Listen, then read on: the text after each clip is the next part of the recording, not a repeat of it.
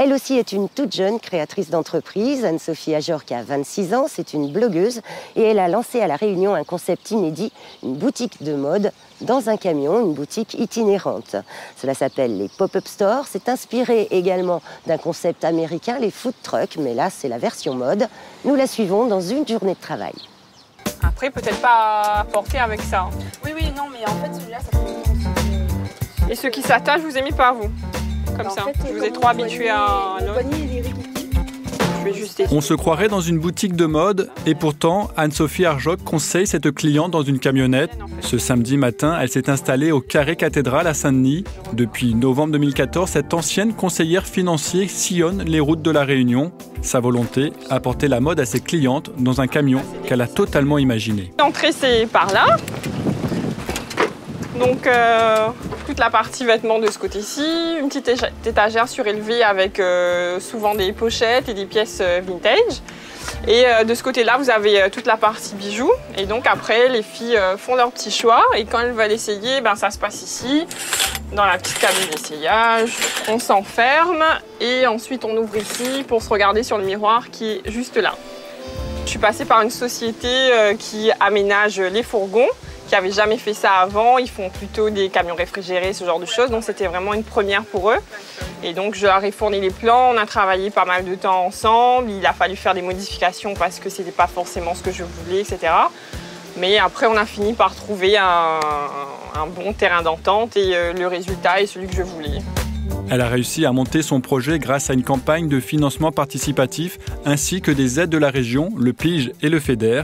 Anne-Sophie s'installe 3 ou 4 fois par semaine dans des lieux différents, des stationnements qui sont soumis à autorisation. Ici, par exemple, c'est une autorisation qui appartient à la commune de Saint-Denis. Donc l'autorisation doit se faire auprès de la mairie. Et ça passe ensuite en commission, il y a une validation qui dit oui ou non. Et puis ensuite, il faut payer une redevance parce que là, on stationne sur le domaine public. Il faut avoir sa carte de marchand ambulant aussi. C'est une pièce qui est demandée à chaque fois qu'on demande un emplacement dans les centres-villes ou même aux écarts. Si ça appartient à la commune, on demande toujours la carte de marchand ambulant. Comme beaucoup de jeunes entrepreneurs, les réseaux sociaux sont indissociables de son activité. Donc là, j'ai déjà fait une publication ce matin sur mon compte Instagram pour dire que j'étais ici, avec les horaires, les nouveautés qui sont arrivées. Et sur mon Facebook aussi, j'avais programmé pour 10 heures une publication qui s'est déjà publiée.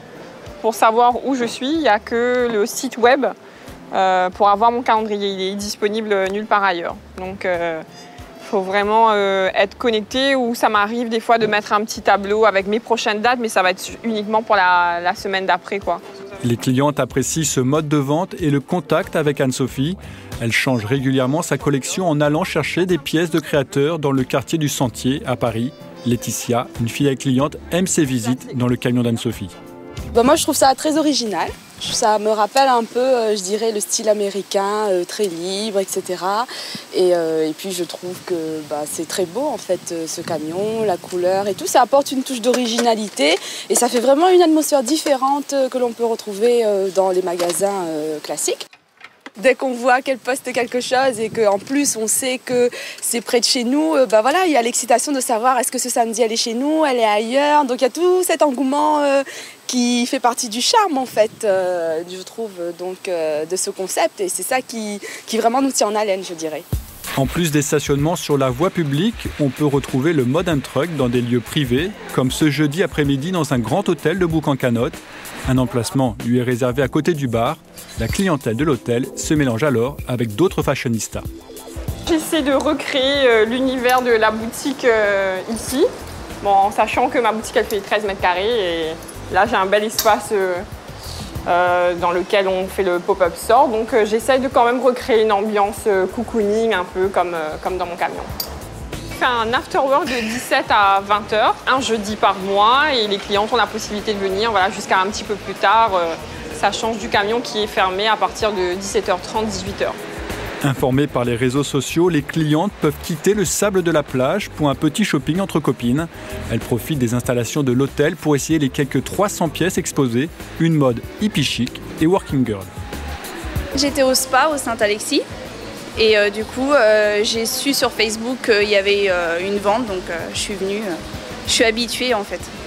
Je trouve ça vraiment sympa, c'est au pied de chez nous en fait, donc c'est ça qui est vraiment top. Et puis il y a vraiment des beaux vêtements, donc c'est vraiment super.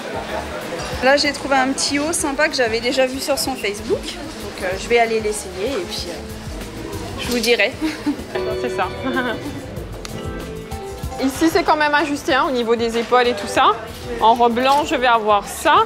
Ça fait comme si on a une jupe et un haut. Son avenir, Anne-Sophie le voit toujours sur les routes de la Réunion. Elle envisage peut-être d'ouvrir une boutique avec une salariée, mais elle souhaite surtout trouver de nouveaux lieux pour satisfaire sa clientèle, toujours plus nombreuse.